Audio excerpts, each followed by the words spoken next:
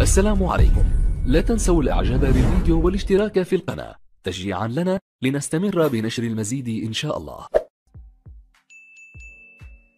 تأمينا وتطويرا لشجرة الأركان التي تعد ثروة طبيعية واقتصادية بالمنطقة، تسعى محافظة الغابات بتندوف على تسطير برامج متعددة للحفاظ على هذه الشجرة النادرة. قمنا بغرس حوالي 5 هكتارات بالمحمية، وكذا تسييج أكثر من 10 هكتارات من أجل حمايتها من الرعي.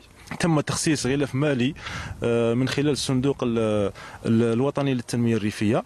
الغلاف المالي هذا قدره 93 مليون دينار جزائري. العمليات هي غرس 50 هكتار من شجرة الأركان، كذلك إنجاز مشتلتين وإعادة الاختبار للأحواض المائية الموجودة بالمنطقة، وكذا تزويدها بالطاقة الشمسية.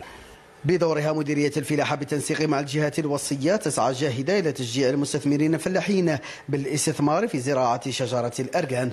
قمنا بعملية غرس 10 هكتارات لدى الفلاحين من أجل الحفاظ ودراسة إمكانية توزيعها أيضا على المحيطات الأخرى، وقد رصدت لهم الدولة أموال على المستوى المركزي في إطار الصندوق الوطني للتنمية الريفية، وكذا على المستوى المحلي في إطار صندوق تنمية مناطق الجنوب.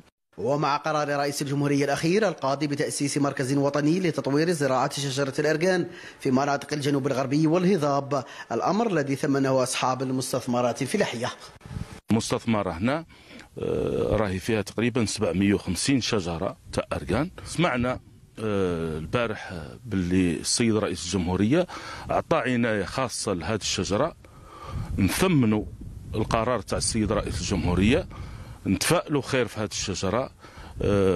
ماذا بينا نديروا خطوة فيها، وخصوصيا تكون كاينه مرافقه من الدوله للفلاحين تاع المنطقه. من باب اهتمام الدوله بها خصنا نثمروها ونوسعوا يعني نشاط هذه الشجره. تتواجد شجره الأركان بمثلث الذهب الأخضر بمنطقه مركالة، طويرف بوعام وتركانت، والتي تعد ثروه بيئيه واقتصاديه واعده.